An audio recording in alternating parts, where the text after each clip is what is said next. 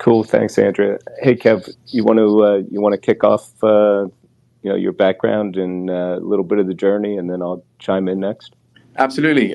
Really good to be here and to chat with Dersh about the work that Aperion has been doing in Bermuda and globally. My background, I'm a former athlete, Bermuda national team football or soccer player.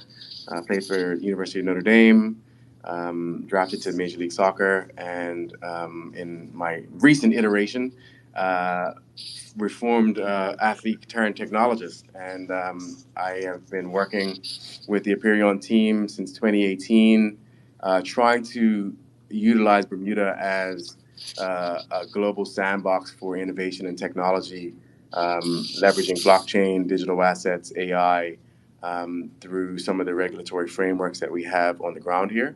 And so my role was for 5 years responsible for economic diversification and technology for the development agency of the country, and more recently, providing advisory work to my partners like Aperion to help them scale their businesses from Bermuda globally.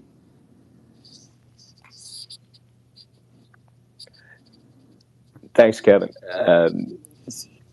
It's great to be here on island together, where where it all started so many years ago, when we were Dex and Vision, and so I'm glad we were able to spend a little time this morning and talk about the journey. Again, Michael Dersham, aka Dersh, founder and CEO of Aperion. Uh, just a little bit about my background: serial entrepreneur, been building businesses in the greater healthcare and pharma space pretty much my entire healthcare or entire business career. So 25 plus years. Um, built my first company when I was in my 20s around supply chain and reverse distribution in the pharma market. Have a lot of background in developing technologies, licensing, and startups out of federal labs as well as universities. Was one of the first movers to put docs and providers, nurse practitioners in alternative sites such as Walmart, CVS's, and grocery stores when everybody thought that was crazy. Who would go see their doctor at Walmart? And then fast forward, during COVID, that was kind of played a pivotal role in the offense and defense, against COVID spread. I was the founding CEO of Pharmaset, which is a hepatitis C company that we brought out of Emory University. Uh, went public, and then eventually sold to Gilead. But I think most important is that it led to the drugs Harvoni and Servaldi that, for all intents and purposes, are eradicating hepatitis C around the globe. I will say that there were, a couple speed bumps in between, but as in golf, you talk about those good shots that you hit. But here at Aperion, we started this company in the States about, I guess now maybe about 7 years ago. We brought in some predecessor technologies around payments, and that's really how we started. And the name of the company when we started was MAPay, because of our focus on payments, and then being able to capture the data and leading to some aspects of around how we can build a bridge to interoperability with healthcare data, which is a main issue. And then more recently, particularly with the work that we've done in Bermuda, we've we're really leading the charge globally around digital identity and digital assets in healthcare and pharma, and so that was the pivot that we made, or I guess better, the involvement that we've done over the last 9 months into Aperion, with that global brand change, which now, and it was kind of interesting when we look at Aperion. It's a Greek derivative of everything's possible, and appear itself is generally, a way of jutting out into, disparate bodies of water that seem somewhat disconnected, but at some point, when we're out there, we're allowed to, give ourselves better clarity and visibility. And then we're always on. And, I couldn't be prouder as our global headquarters here in Bermuda and, working with all the stakeholders over the last 5 years. So that's my background.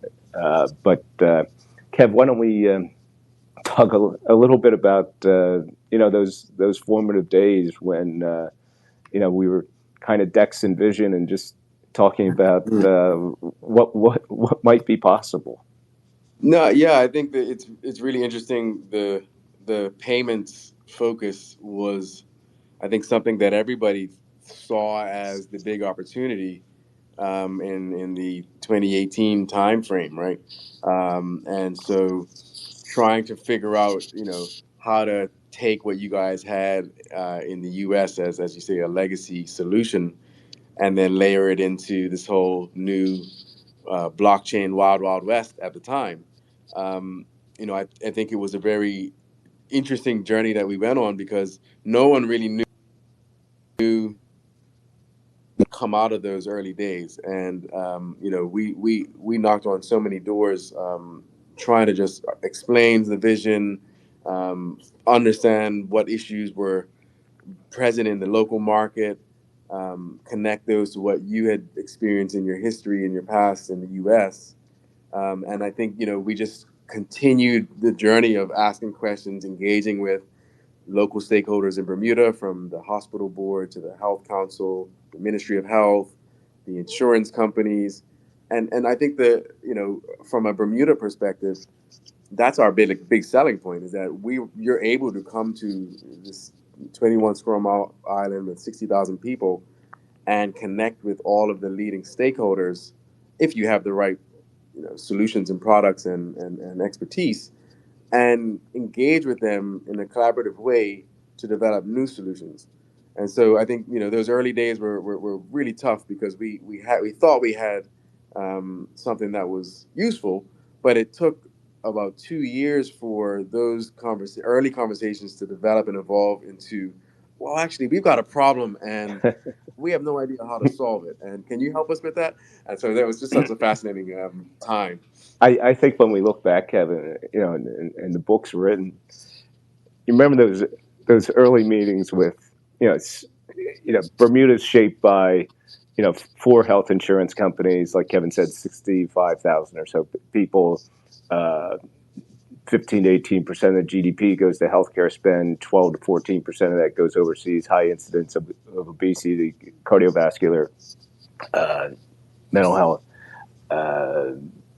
and so, we would talk about these things, if you remember, Kevin.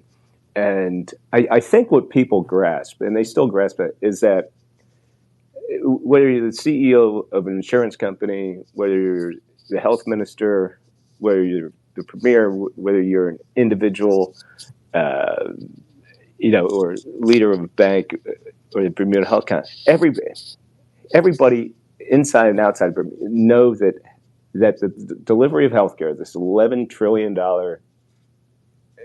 marketplace across the globe, is just dysfunctional. Whether it comes to payments and the friction around payments, whether it becomes lack of data interoperability. I mean, Kevin, we kind of not joke about it, but we reference this all the time, that we have more information and history on our Amazon purchases than we do on our healthcare data, right? I mean, you and I have talked about it, talking about sports, where my son, but my oldest son, was a good athlete, had probably 3 diagnosed concussions, a couple ACL tears, and if now as a banker at Citi, investment banker at Citi, maybe a couple of years from now he starts having some headaches or something, and wouldn't it be nice to go back and see if there was any type of causation impact of what happened, right? And shit, I mean that stuff's in. I mean, I think I might have a floppy disk of some sort that they gave me. I mean, that's just nuts. And I think when we try to put it in that context back then, I think, and now whether it's in Bermuda, India, Paraguay, Africa, if it's specific kind of issues within the athlete marketplace or even now the animal marketplace and things that maternal health, all these things, I call them micro issues in this whole macro uh, within healthcare.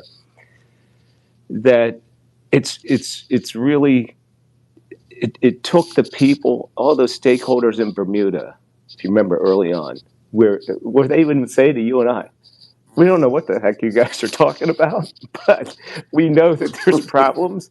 And why don't you come back again and maybe we'll try to figure out. And we kept on coming back and we kept on persevering because we knew that the ills in Bermuda were not unique to Bermuda. And we just, found that first use case and that utility and that adoption that we'd be able to show the world, what's possible. But I think the perseverance was key in this whole narrative, right? Because being in the room in those early conversations, the local stakeholders were pretending like nothing was wrong, right?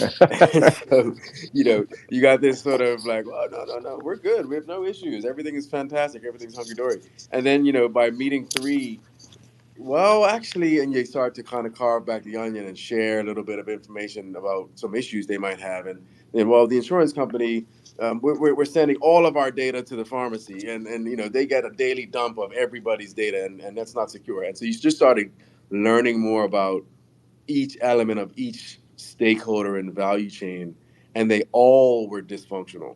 And so someone that didn't have an extensive healthcare background, I was just flabbergasted at the amount of dysfunction and issues that were being experienced with all of the players. And so I think that once they realized that we weren't giving up and we were coming back, Right. they started to open up and share more about what sort of challenges they were facing. And all of the Bermuda stakeholders they're global companies. So the Bermuda insurance companies are in 9 islands throughout the Caribbean, and they work with Canadian claims partners. And so you have a lot of locals that are going for executive care in the U.S. Or Children's Hospital in Toronto. So there was this other element. You had the local piece, which was extremely challenging, but then you had the cross-border care, which was just crazy. And so that was, I think, the two together. You really realize how challenged all of the players were, and how kind of desperate they were for some innovative solutions. Yeah.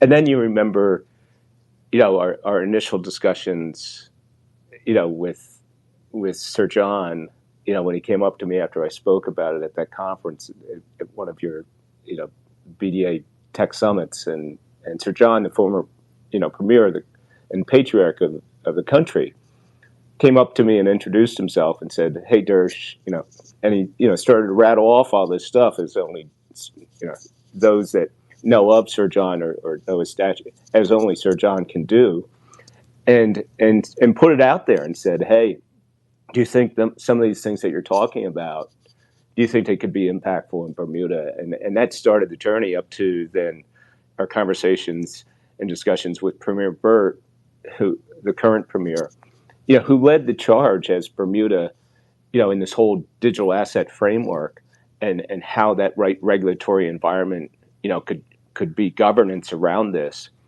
And when we signed that agreement with the premier pre-pandemic, I mean, you remember that, Kev. I mean, we were high fiving.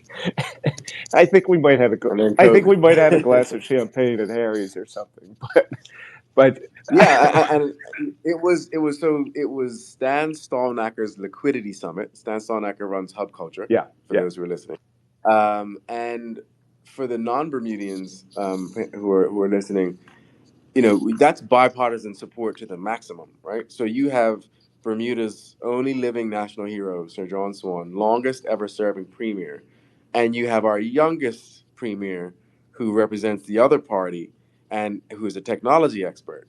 And so both of them individually, I saw this as a critical need and opportunity for the island. And so the MOU was a no-brainer, because we really desperately needed to transform our healthcare industry. So yeah, I just thought it was really interesting how you know, the folks that are running, these complex organizations really understood the type of value we were bringing and the opportunity that we could make on the island. Well, you're right. And then, I mean, this is kind of a Dershism, but I remember everybody saying that night, okay, okay, Dersh, we have it signed. What do we do next? And I said something, like I said at Dershem, and says, well, let's get a good night's sleep. We'll figure it out tomorrow, right? But I mean, all joking. I mean, we had a plan, but then all of a sudden, COVID hits us, right? Right. And not good optics for you know, uh, U.S. business, Bermuda, fooling around the Bermuda hospital, and all this stuff. But we stayed relevant during COVID, if you remember that, and Mm-hmm. and Mm-hmm. and then after COVID, whenever, and we kept on saying this as a team, and everybody, even though we had in this whole $11 trillion market, there's only three true stakeholders. There's patients, providers, and payers. And whenever you're doing a new solution, or your question is, who's going to be those first adopters, and why will they engage? And even though we were providing a value proposition for each one of those, which might be unique and distinct, it was still, remember, Kevin, I would refer to it as, the chicken and the egg chicken syndrome.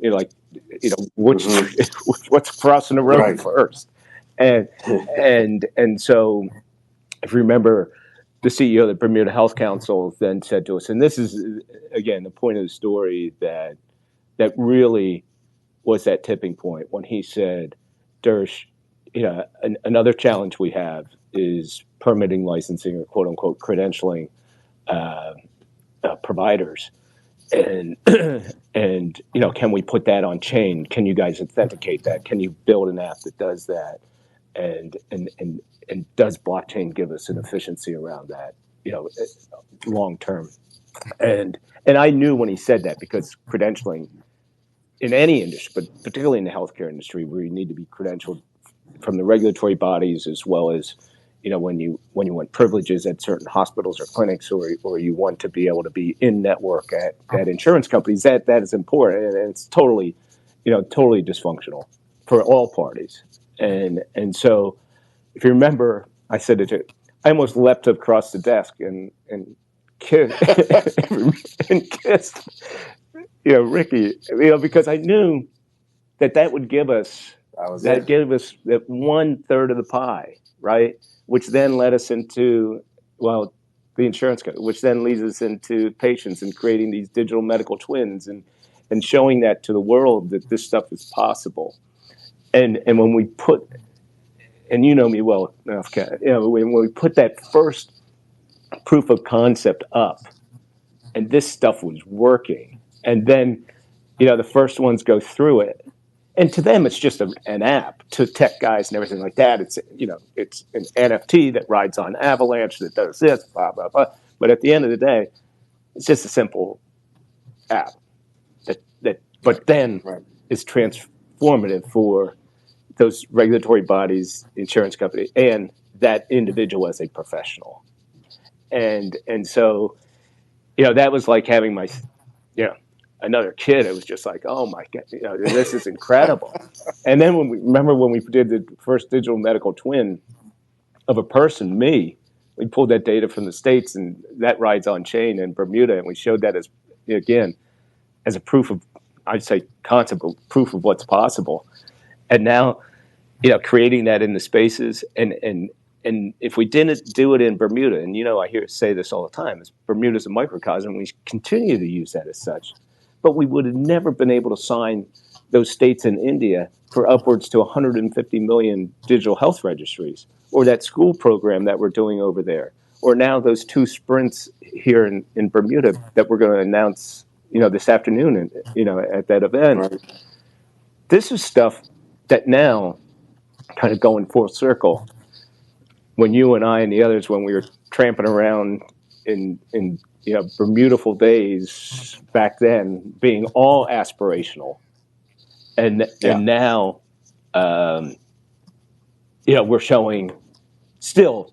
I mean, like any kind, we're aspirational, but showing reality is and delivering on products. Delivering what we said we were going to do. I think for me, as a local Bermudian, and as the guy who was flying around with the government and the regulator to try to attract businesses to Bermuda around our new regulatory framework, there was a raft of MOUs the government signed around 2018 and 2019, and the newspaper's favorite thing is to throw those up and talk about how they all failed. And the most hilarious thing was that there was one company that was on that list that did not fail, right? And they had to really check themselves and say, wait a minute, you guys are still doing this? Oh wait, and you have had success and you're actually operational, and this is being deployed with the Health Council, the regulator of all of the healthcare industry. And so the shock, I think, because there was so much blood in the water in this digital asset space and the tech startup space, was just truly a testament to that resiliency that the company showed and that the team showed, to continue to press the flesh, come down to Bermuda, figure out what issues there were, work with the tech team, and try to build that solution. And I think we've just proven ourselves, and that's a really big testament to you, Dersh, and to the team in the U.S. and in Bermuda, that we just did not give up, and it's really paid off. Well, it's funny you say that, because I remember, when some of those stories were being written locally, and they called me, to get a couple of my quotes of our demise. And I said to him, because that's how they started. And I was like, well, something like, with all due respect, we're actually in business, doing business, deploying, it's reality, we're creating revenue, we're moving it, into other jurisdictions, based on our Bermuda principle. And they're like, could you say that again, please? And then if you remember, the tides turned totally, and they did that great piece, great piece on us, and continue to follow us, which is awesome. And so it's and we still get it. You and I were talking about it last night, and I mentioned earlier about aspiration and reality. We were with some investors a couple of weeks ago. It was a good call, it was a good introduction, everything like that. And so we had a subsequent call about a week later, and their lead team, says to me to our team, said, Dersh, on last week's call, you said this, that it is actually operational in Bermuda, that you're creating revenue, that you've moved it to other countries, and that you are also creating on other continents. I said, and then they went point blank. We just want to affirm, is that true? Did we hear you correctly? Right. And I didn't know what to say. I was like, yes, and so I think that, and I did a podcast last week with this group in, I think they were Australia or something, and they asked me, Dersh, what's one of your biggest challenges? I said, one of our biggest challenges is that people don't believe it, especially when you look in, not going into today's talk, but you look at the enormity of our pipeline and the transformational impact that we're doing, and proposing in different regions, or we've talked about this, maternal morbidity in the Right. U.S. We're talking about TB resistance in India. We're talking about even in the animal market, and it's not. It's interesting because, no pun intended, it's not a pipe dream anymore. These are credible ones that we've had an uncanny ability to bring in the top private sector and public sector folks that now, like you said, Kevin, are finally,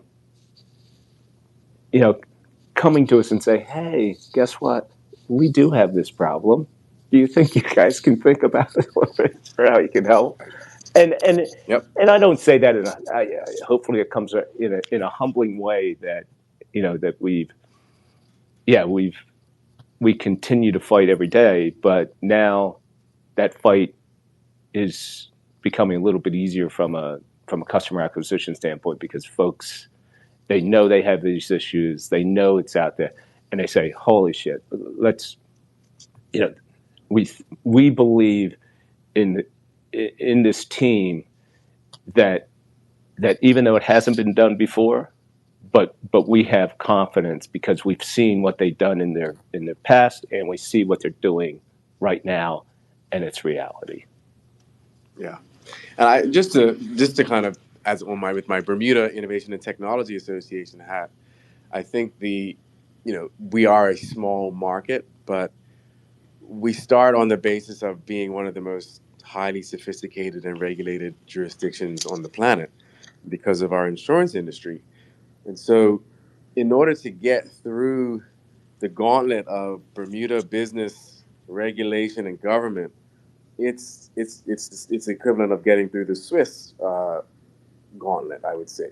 And the government are moving towards becoming full members of CARICOM, which means that you take Bermuda, and then you scale to a 45 million person marketplace in the CARICOM and the Caribbean, who definitely have the exact same issues that we face in our healthcare system.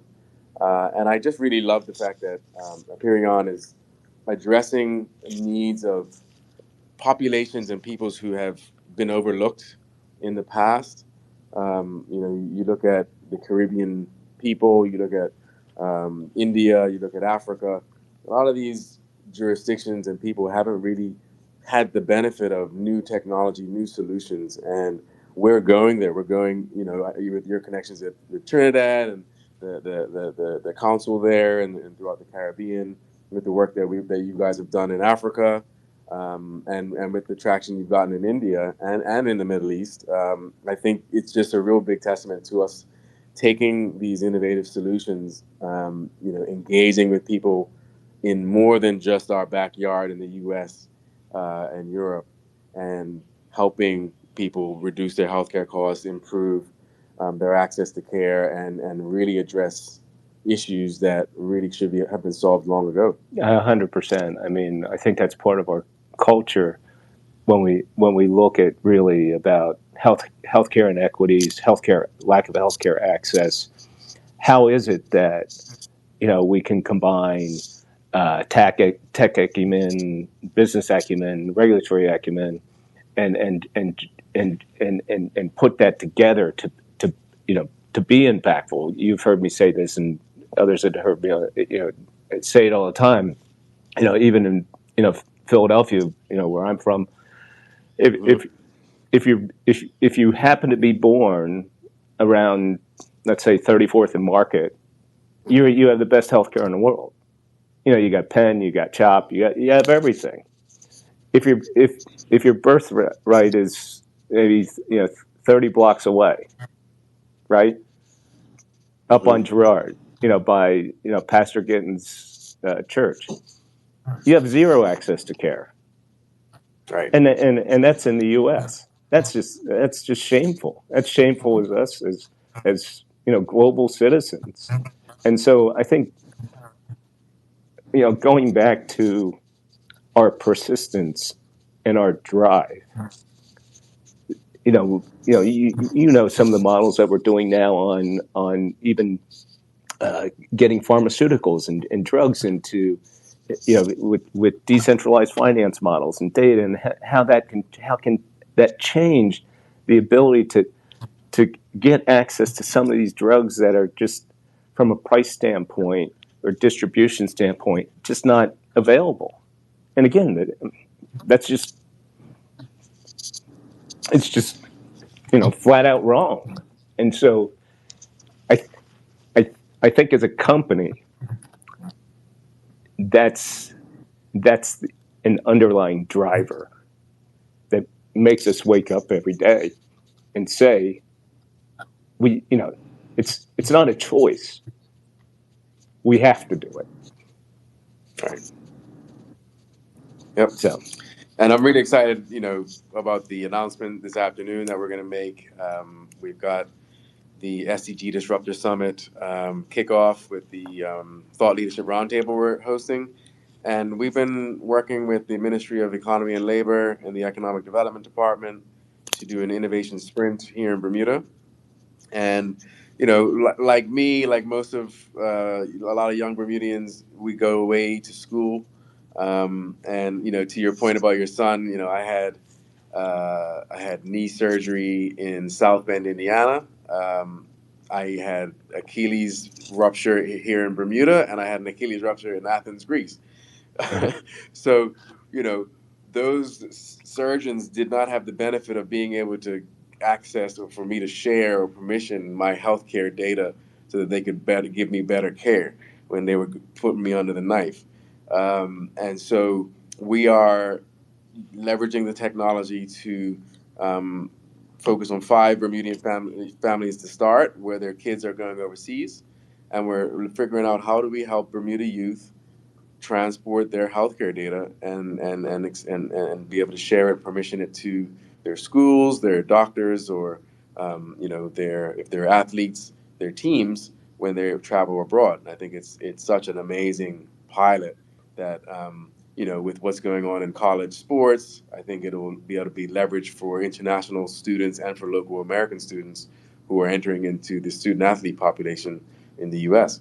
yeah. And, I mean, we're incredibly excited about that, and then how that can be translated into those populations that are going cross border and so many specific applications where that's relevant. I think the other one that we're announcing with Dr. Weldon around putting genome with what she does and allowing us to create that non-fungible token of that person and then collect data that's outside of her and what she's doing for especially in that one study. This one isn't what we're announcing specifically. We're doing the one today announcing on the precursors and generational impact on potential prostate cancer.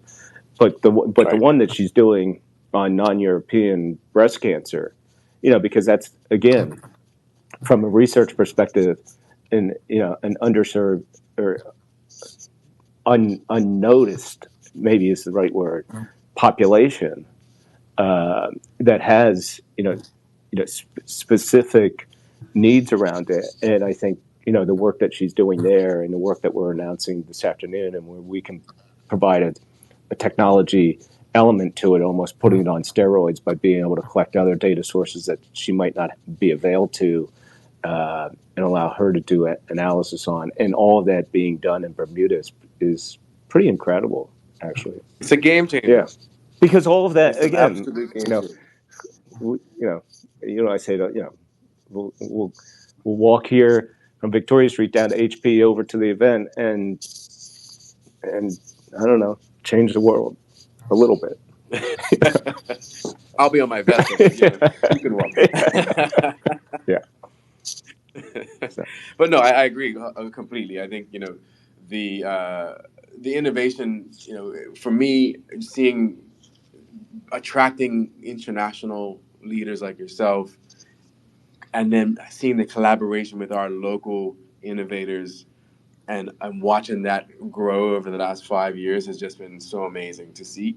And now we're you're both at points where you're scaling these solutions out of Bermuda to larger populations, and I think people are just going to be blown away when they experience the impact that this technology can have. Yeah, for sure. Well, Kevin, I again appreciate all you've done for us, all the things that we'll do in the future together, and my golf golf gallery clap, to you, and like we said, just hey, let's get up every day and just keep on pushing, man. Absolutely. It's just it's like I was saying earlier. It's not if we do it. I mean, we have to do it. So, but again, appreciate you, appreciate the people of Bermuda, appreciate all the support. We continue to carry the Bermuda flag, wherever we go, and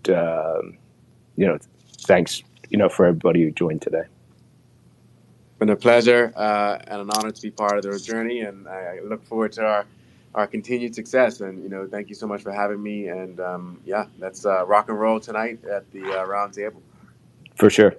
Talk to you soon, bud. Take care. Thank you, Bye. guys.